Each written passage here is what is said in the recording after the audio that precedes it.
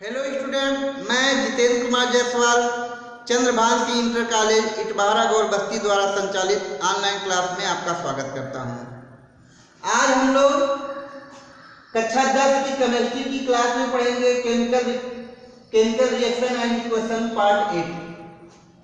इस पार्ट में हम लोग ऊष्माक्षेपी तथा ऊष्माशोषी अभिक्रियाओं के बारे में पढ़ेंगे। आपको बता दें कि रासायनिक अभिक्रिया को दो आधारों पर बांटा गया था। पहला जो आधार था वो आपका क्रियाविधि था, जिसके आधार पर रासायनिक अभिक्रियाएं कितने प्रकार की होती हैं? 4 प्रकार की। दूसरा जो आधार था वो आपका ऊष्मा का आधार था। इस आधार पर आपको बता दें कि रासायनिक अभिक्रिया 2 प्रकार की होती है। पहला जो है ऊष्माक्षेपी अभिक्रिया, दूसरा जो है ऊष्माशोषी अभिक्रिया। तो आपको बता दें कि ऊष्माक्षेपी अभिक्रिया क्या है। तो जब रासायनिक अभिक्रिया होती है तो रासायनिक अभिक्रिया के फलस्वरूप ऊष्मा भी निकलती है। तो इस प्रकार की जो रासायनिक अभिक्रिया होगी वो ऊष्माक्षेपी अभिक्रिया होगी। हम कह सकते हैं कि वह रासायनिक अभिक्रिया जिसमें ऊष्मा निर्मुक्त होती है ऊष्माक्षेपी अभिक्रिया कहते हैं। तो परिभाषा लिख देते हैं किसका? ऊष्माक्षेपी का। वे रासायनिक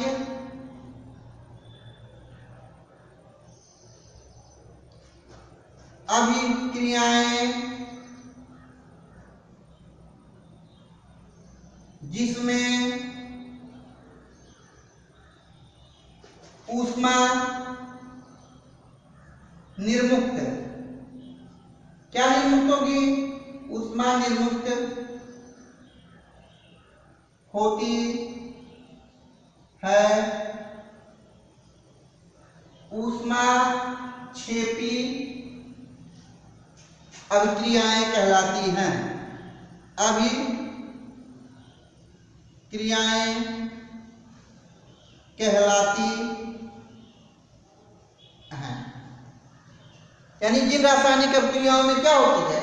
ऊर्जा निर्मुक्त होती है, ऊष्मा निर्मुक्त होती है।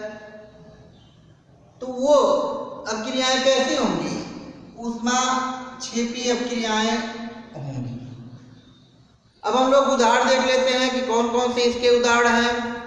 तो आपको बता दें कि जब कार्बन को वायु में जलाया जाता है तो ऊष्मा निकलती है। तो देख लेते हैं इसका समीकरण। C कैसा है? सॉलिड है, प्लस O2 कैसा है? गैस है। और क्या हो जाएगा? CO2 क्या बनेगा? CO2 जो कि गैस बनेगा। और साथ में आपको बता दें कि 94 किलो कैलोरी ऊष्मा भी निकलती है। कितनी निकलती है? 94 किलो कैलोरी। यहाँ प्लस चिन्ह है, ये दर्शाता है कि जब उत्पाद बन रहा है तो उत्पाद के साथ आपका ऊष्मा भी निकल रहा है। एक और एग्जाम्पल है कि जब हम लोग चूने के पत्थर को जल में डालते हैं तो बहुत अधिक मात्रा में ऊष्मा निकलती है। तो देख लेते हैं CaO, इसको कहते हैं कैल्शियम ऑक्साइड, ये आपका सॉलिड स्टेट में है, प्लस H2O, ये आपका जल है जो कि द्रव स्टेट में है। और यहाँ जो हो जाएगा CaOH का होल ट्वाइस, इसको कहते हैं कैल्शियम हाइड्रोक्साइड। क्या कहते हैं? कैल्शियम हाइड्रोक्साइड या बुझा हुआ चूना। और इसमें बहुत अधिक मात्रा में ऊष्मा निकलती है। इसका अर्थ ये है कि ये आपका एक ऊष्माशोषी अभिक्रिया, यह एक आपका ऊष्माक्षेपी अभिक्रिया है। आपको बता दें कि श्वसन जो श्वसन की क्रिया है वह भी एक ऊष्माक्षेपी क्रिया है, क्योंकि जब भी हम भोजन करते हैं तो भोजन करने के बाद जब हम सांस लेते हैं तो सांस लेने के बाद ऑक्सीजन अंदर जाता है और ऐसे में जो हम भोजन किए रहते हैं वो भोजन हमको ऊष्मा प्रदान करता है। श्वसन की क्रिया के बारे में हम लोग आने वाली वीडियो में बातें करेंगे। अब हम लोग देख लेते हैं ऊष्मा शोषी अभिक्रियाएं, एंडोथर्मिक रिएक्शंस। आपको बताएं कि कुछ रासायनिक अभिक्रियाएं ऐसी होती हैं जो बिना ऊष्मा के संचालित ही नहीं होती हैं, यानी जब भी रासायनिक अभिक्रिया होगी तो उसके लिए ऊष्मा की आवश्यकता होगी। तो ऐसी जो रासायनिक अभिक्रिया होती है उसको ऊष्मा शोषी अभिक्रिया कहते हैं। तो इसकी परिभाषा देख लेते हैं। वे रासायनिक अभिक्रियाएं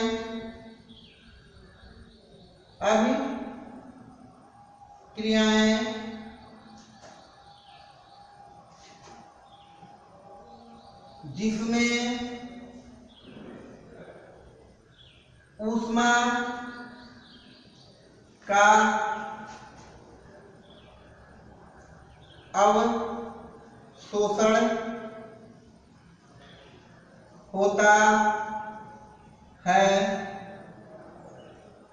ऊष्मा शोषी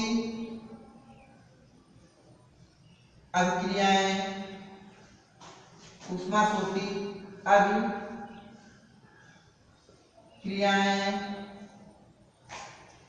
कहलाती हैं।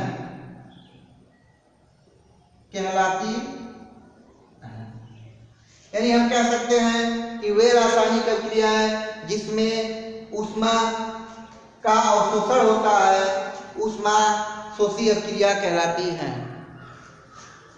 एग्जाम्पल देख लेते हैं।